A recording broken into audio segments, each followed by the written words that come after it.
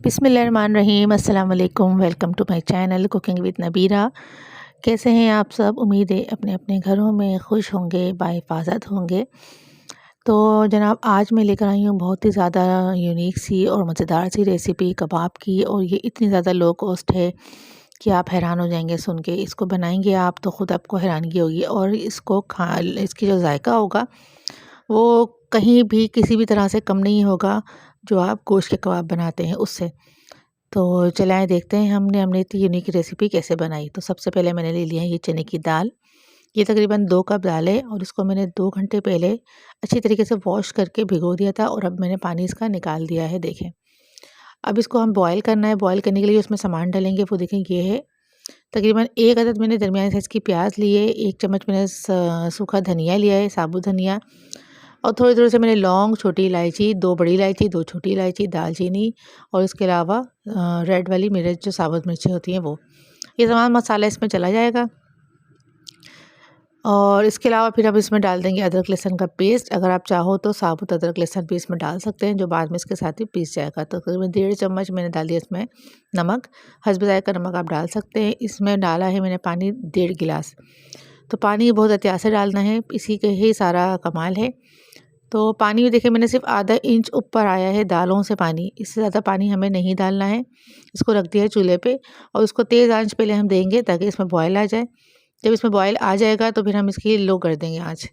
तो ये देखिए तकरीबन ये 10 मिनट सिर्फ गुजरे थे। ये दाल अच्छी से थोड़ी सॉफ्ट हो चुकी है, और पानी अभी इसमें इतना रह गया है।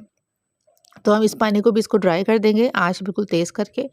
और अब इसको दिखाती हूँ मैं आपको ये कितना सॉफ्ट हुआ है। तो बहुत ज़्यादा इसको गलाना नहीं है, वरना फिर कबाब आपके सही से बनेंगे नहीं।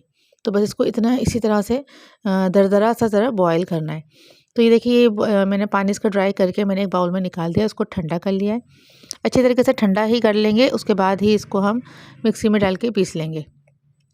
ये मैंने पीस के रख लिया। ये देखिए कितना फ़ाइन सा और बहुत सॉफ्ट सा ये बन के रेडी हो गया। अब इसमें जो मसाला जाएगा, इसमें जाएगा धनिया, पुदीना और प्याज, और उसके अलावा कुछ नहीं जाएगा। प्याज मैंने एक बड़े साइज़ की काट ली थी, इसको मैं हाथों से भी निचोड़ के इसका पानी अलहदा कर दूँगी, और फिर उस पानी प्याज को मैं मिक्सचर में डाल दूँगी। ये पूरा 1 गड्डी धनिया है और 1 गड्डी ही पुदीना है, जिसको मैंने वॉश करके धो के और इस तरह से रख लिया था। सबका पानी हटा देना है, याद रखें पानी बिल्कुल इसमें नहीं जाना चाहिए। ये तकरीबन 5 बड़े साइज़ के आलू थे। 1 आलू थोड़ा-सा मेरी बेटी ने खा लिया।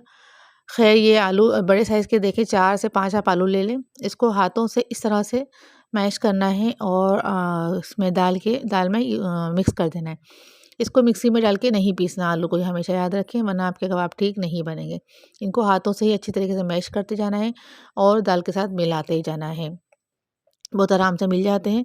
तो ये देखिए बिल्कुल रेडी हो गया है। अब आपको कहीं भी आलू के जो पार्टिकल्स वगैरह होते हैं बड़े, वो नज़र नहीं आ रहे होंगे। बहुत ही ज़बरदस्त सा बन गया, और ये बहुत आराम से हैंडल हो जाता है। ये देखें बिल्कुल भी ना हाथ में चिपक रहा है, ना ये ख़राब हो रहा है। बहुत आराम से सॉफ्ट से ये कबाब की शेप आ जाएगी। अगर आपका शेप ख़राब हो रहा हो या बहुत ज़्यादा नरम हो गया हो, तो उसका भी सॉल्यूशन है, मैं अभी आगे आपको बताती हूँ। तो सारे शेप मैंने इसमें दे दिए, ये देखें। अब इसको फ्राई करने के लिए इस चीज़ की हमें ज़रूरत पड़ेगी, वो होगा सिर्फ़ और सिर्फ़ अंडा, बस इसके अलावा हमें कुछ भी नहीं चाहिए कोटिंग के लिए। तो इसमें मैंने पिंच के बराबर सिर्फ़ नमक और पिसी हुई काली मिर्च डाली है। सिर्फ़ पिंच डालना है, इससे ज़्यादा नहीं डालना। इसको अच्छी तरीके से फेंट लेना है। 2 अंडे मैंने ले लिए थे। अब इन कबाबों को क्या करना है कि हमें पहले फ्राई पैन में तेल गरम करने रखना है, तेल या घी जिससे भी आप फ्राई करते हो। तो इसको इस तरह से इसमें डिप करना है अंडों में, और फिर उसके बाद एहतियात से बिस्मिल्लाहिर्रहमानिर्रहीम इसको हमें फ्राई करने के लिए डाल देना है। अगर आपके कबाब नरम हो जाते हैं, सही से गोल टिक्कियाँ इसकी नहीं बन रही है, तो परेशान होने की ज़रूरत नहीं है। उसमें आपको डाल देना है 2 चम्मच कॉर्नफ्लोर मिक्सचर में, बैटर में, और फिर उसको आप अच्छी तरीके से मिक्स कर दें, और थोड़ी देर के लिए 15 से 20 मिनट के लिए फ्रिज में रख दें। वो बिल्कुल सेट हो जाएगा। अगर कॉर्नफ्लोर नहीं डालना, उससे ये होता है कि कबाब जब फ्राई करोगे तो बहुत ज़्यादा स्टिकी होंगे। तो उसका भी सॉल्यूशन है, आप ले लें 2 से 3 स्लाइस ब्रेड के, उसको बारीक-बारीक से वो स्लाइस को बिल्कुल चूरा कर लें, और फिर उसको जो है मिक्स में मिक्स कर दें इसको मिक्सचर के साथ अच्छी तरीके से। तो उससे भी आपके कबाब बहुत अच्छे से हैंडल हो जाएँगे। तो इसको शैलो फ्राई करना है, डीप फ्राई बिल्कुल भी नहीं करना। आँच लो बिल्कुल नहीं रखनी, आँच हाई रखनी है आपको, मीडियम टू हाई रखनी है, फुल हाई भी नहीं रखनी। और तेल या घी जो भी डालें बहुत कम डालना है इसमें, बिल्कुल ज़रा-सा। क्या ये देखें, ये थोड़ी देर बाद जो जितना मैंने इसमें तेल डाला था, ये इसने खुद ही जज़्ब कर लिया है। बस इतना इसको फ्राई कर लेना है, इसके बाद इसको डिश आउट कर लेंगे हम। तो लें, मज़ेदार से हमारे ये आलू दाल के कबाब बिल्कुल रेडी हैं। इसको आप रायते के साथ खाएँ, ग्रीन चटनी के साथ खाएँ, पराठों के साथ खाएँ, बहुत ही ज़्यादा खाने में लाजवाब है। इसको बना के रख दें फ्रिज में। मैं तो यही करती हूँ, फ्रिज में बना के रख देती हूँ। बच्चों के सैंडविच जो बनाते हैं हम लंच के लिए, स्कूल के लिए, उसमें इसको ऐड करें आप।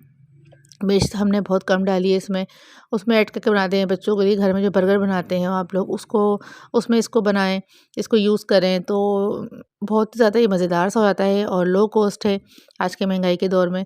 सबसे बढ़ के तो ये है, और ज़ायका इसका बहुत ज़्यादा मुनफ़रिद होता है। गोश्त के कबाब से अलग ज़ायका होता है और मज़ेदार भी बहुत होता है। तो उम्मीद है आपको मेरी वीडियो पसंद आई है। पसंद आई तो लाइक करें, शेयर करें, कमेंट करें, बेल आइकन को प्रेस करें अगर न्यू सब्सक्राइबर हैं तो। अल्लाह हाफ़िज़।